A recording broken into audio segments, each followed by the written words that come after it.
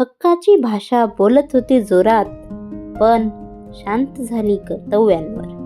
आवाज झाला मोठा आणि विचार झाले पोकळ, फॅशनच्या गर्दीत स्वतःला गमावल्यावर. मोबाईलच्या पडद्यात हरवताना लाईकच्या आकड्यात अडकत गेली. स्वातंत्र्याच्या नावाखाली स्वतःचं अस्तित्व विसरत होती. स्वतःला सिद्ध करण्याच्या कष्टात ती नात्यांची ताकद असते.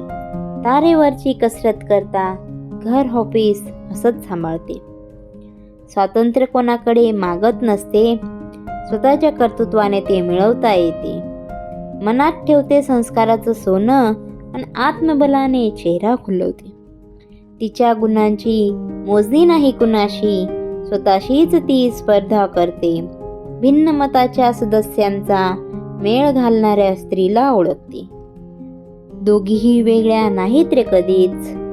तीच मुलगी दोन वाटा चालली, एकदा चुकली एकदा सावरली, शेवटी स्वतःलाच तिने निवडली.